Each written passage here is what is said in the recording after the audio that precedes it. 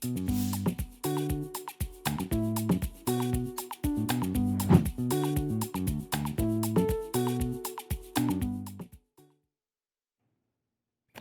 right, so it's that time for us to take a look at what Nigerians are saying, and that's exactly what we're going to do right away. And I have my mobile device here with me, handy, and it's time to go straight to the social media space and find out what stories Nigerians are reacting to. The very first story I'm going to tell you about that Nigerians are talking about is the story of a man known as Onyeka Ogbu.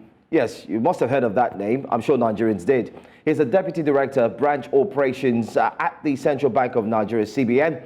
Now, yesterday he was at the court. Yes, he was. And that's where he made some expose. Yes, he spoke deeply about what transpired at the CBN. It was all about the $6.230 million that was disbursed to international election observers during the 2023 general elections. Can you imagine that? That's the figure he said was disbursed. Now, Nigerians were not really reacting that much until they heard that that money actually was signed off and approved by the central bank governor.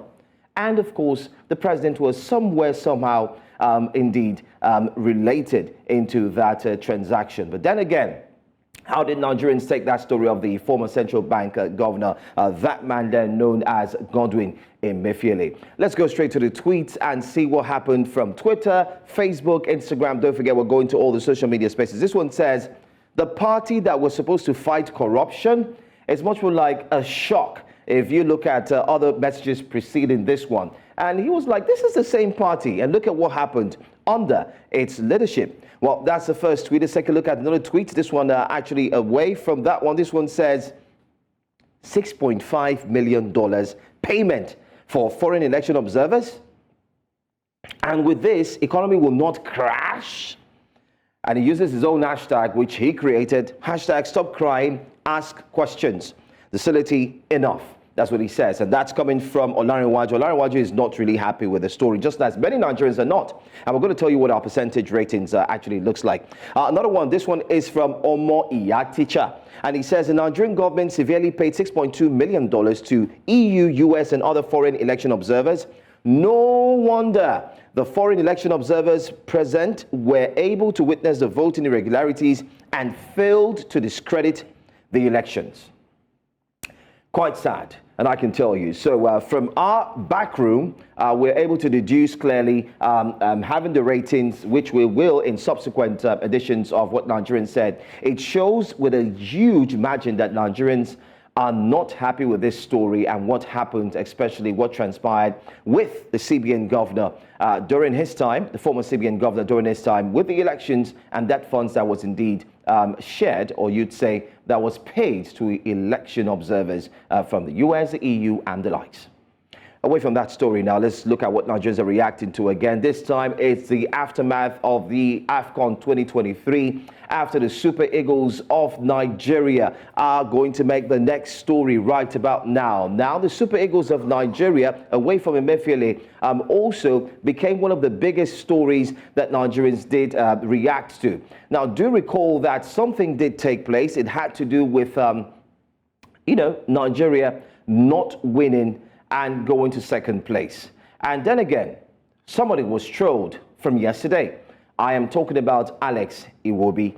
Very sad situation. Our research and findings show that, of course, Tunde Ednot tweeted and asked what Nigerians thought about Alex Iwobi, which sparked the conversation. And many Nigerians on that trajectory started attacking the player, and then this led to cyber bullying. And I can tell you that Nigerians are reacting to that story as well. Well, let's start off first with this very first tweet. This one says, the best team won. Congratulations to Ivorians. This government doesn't deserve a cup, period. I mean, is it about the government or is it about Nigerians who win? But they say since Nigerians didn't win, the government does not deserve the cup. Anyway, that's the reaction from I Am Finest J. Let's take a look at another tweet how Nigerians are reacting. And this one says, you people criticizing and hassling Alexander Iwobi, what exactly are your problems? Alex Iwobi, 80% of you never gave the team a chance of getting to the final even. He is not the reason your politicians don't rate you, nor the reason kidnapping is rife in the land. tossers. This is from Calvin Emeka Onwuka. And we agree with Calvin because Alex Iwobi has had close to about 75, 76 caps for Nigeria. He scored more than 10 goals for the Super Eagles. Nigeria was not rated to get to the finals, you recall. Yes, when we started, nobody gave Osei Peseiro a chance, and yet they got to the finals, and then he was being trolled. Even his own big uncle, Austin Jeje Okocha, had to put up a post to say, come on, guys, this is not fair. We shouldn't do this. And we're saying no to trollers this morning as well in Breakfast Central. Not on Alex Iwobi. That's someone who gave his all. Look at this. Aisha Yusufu also jumped on it. And Aisha Yusufu says, dear Nigerians doing this. Yes, all of you are talking to you. Direct your anger to what is your problem and stop making Alex Iwobi your scapegoat. And I think that captures every single thing. Alex Iwobi has nothing to do with you trolling him up to the point that he had to delete all the pictures and images on his account, and I'll just let only one stay. And then there are statements that he's probably never going to play for Nigeria anymore, and so on and so forth. Everybody laughing, talking, taking jabs at the player. Come on, take note. If we win, we win together. And if we lose together. Don't be sore loser. That's what people are saying. So that's one reaction everybody's having concerning Alex Iwobi. Let's quickly see one more reaction. This one, I can tell you Nigerians are reacting to this. It's got to do with Ghana. It's got to do with Ivory Coast. And it's got to do with others who actually are talking about Nigeria. Yes. Because Nigeria did not win, the other African countries are saying, yes, we are happy they did not win, so let's go at Nigeria, the giant of Africa, in quotes, so-called. And the very first tweet is from Ghana. The Ghanaians are indeed taking a jab, and even a Nigerian ex-international had to also hide on his own to ensure that he can run away from the social media attacks. Well, this is what the tweets possibly look like. This one is from Victor Boniface. I'm sure you know who Victor Boniface is, of course, a Nigerian player. Unfortunately, he couldn't go for this tournament due to injury. But he says, now so I did hide from my Ghana brothers. So, and you can see 2 dogs and a cat hiding just behind the wall because Nigeria lost. So you need to just hide because, in quotes, the mouth making was too much. Let's take a look at another tweet very quickly before we look at a very impressive video put up by one person. This Leo Colomore is actually from Ivory Coast. He says, hi, it's Ellie. And the Ivorian asks, Ellie who? And Nigeria replies, eliminated. With a big laugh on the face.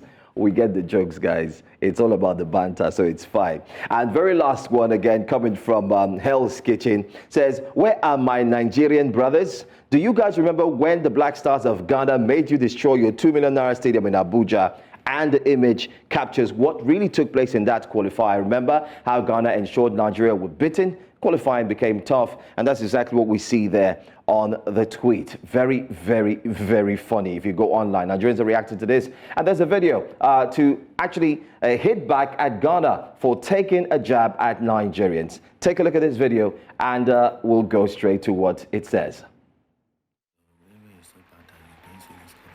Your economy is so bad that you didn't see this coming. Also, you don't have stable electricity, and your president is not president. And do you hear something? No, not really. Charlie, you did trespass. This place is for medalists only. I'm a medalist. I won it in 1982. 1982. We have light in our country. It's not fair now.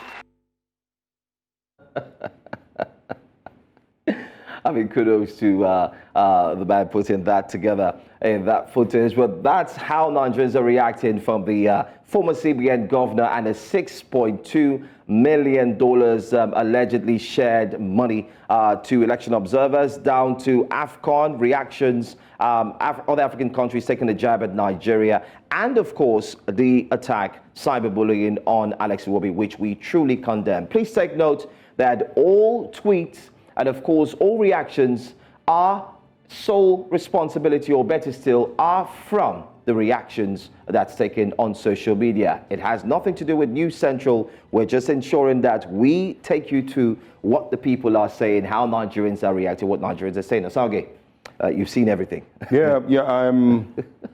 Alex Iwobi, I mean, it's very shameful, but I think if we're being honest, there's always a fair amount of, as much as we have, the calm heads and those who have sense, there's also a fair amount of those who, don't have sense. well, don't have sense, and so, it happens, unfortunately, he's the one being picked on. But of course, Bukayo Saka, if you remember, was also picked on heavily by English fans after they were, I'm not sure what championship they were eliminated from. So it happens every now and then in sports, it's just that, we should always speak against it. It's not the first time. We should just always speak against it. And of course, we've spoken about Godwin Emefiele already. Our guest earlier, made mention of the fact that it seems like there's an unspoken rule to not question the president. We always pick one person, make that person the scapegoat of corruption of the previous administration, and just continue to hound the person and ignore the fact that they had people who they were answering to. So that's pretty much the same thing happening in the Godwin Emefiele situation. And I am hoping that Nigerians can see through the deceit that seems to be hanging in there. But that's what Nigerians are saying. Thank you very much. For, of course, continuing to be a very, very interesting bunch of people on social media. It's time for us to say goodbye. Thank you very much for staying with us all through Tuesday morning's edition of Breakfast Central. We'll be back here again tomorrow morning. It's bye from me. I am Onyeka Ogbu. And I'm Joe Hansen. We'll see you bright and early tomorrow. Make sure you tune in.